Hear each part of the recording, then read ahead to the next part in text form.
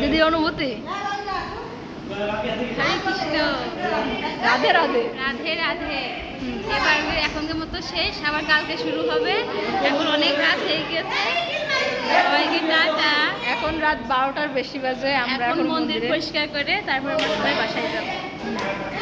আজকে খাওয়া দাওয়া কেমন হলো? আজকে খাওয়া দাওয়া রান্নাগুলো সেই সুন্দর। হাতির মতো খেয়েছে। আর চাটনি শুধু চাটনি আর ওটা জমিদারের বাচ্চা। তো তোরই বাচ্চা। আচ্ছা, অনেকদিন পর কীর্তনে উঠে আজকে নাচেছে। আজকে নাচলাম, খুব মজা হয়েছে। সব সিঁদুর করা পায়েসটা সেই স্বাদ হয়েছে। হ্যাঁ, পায়েসটা সেই স্বাদ হয়েছে। বাহ, তা পায়েস কই ওর মধ্যে? এত স্বাদ হয়েছে, খেয়ে বেড়েছি সব। চাটনি খেয়েছো? সেই স্বাদ, চাটনি খেয়েছো? সেই স্বাদ, সব কিছু রান্নায় হেভি হয়েছে। বাহ, পারফেক্ট, সব কিছু পারফেক্ট। এই মরার আগে কোনোদিন ভুলবো না। কোনোটাই কমতি নেই আমাদের। না, আমাদের অর্ডার বেশি গিয়েছে। এই 1 মাস ধরে কীর্তন হচ্ছে, আজকের মতো মজা আর হয়নি।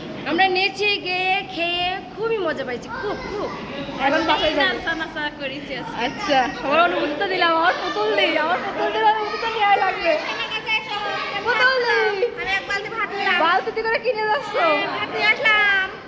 ভাত নিয়ে ভাত, যাবো? হ্যাঁ, ভাত নিয়ে যাবো। তোমার যেখানে দেখি সেখানেই বালতি নিয়ে চলে যাবো, তাই নাকি? বালতি নেই, হ্যাঁ? আমার পেটটাও বড়, এই জন্য বালতিটাও নিয়ে যাবো বড়। পুতুল দিয়ে সবসময় বালতি নিয়ে যায়।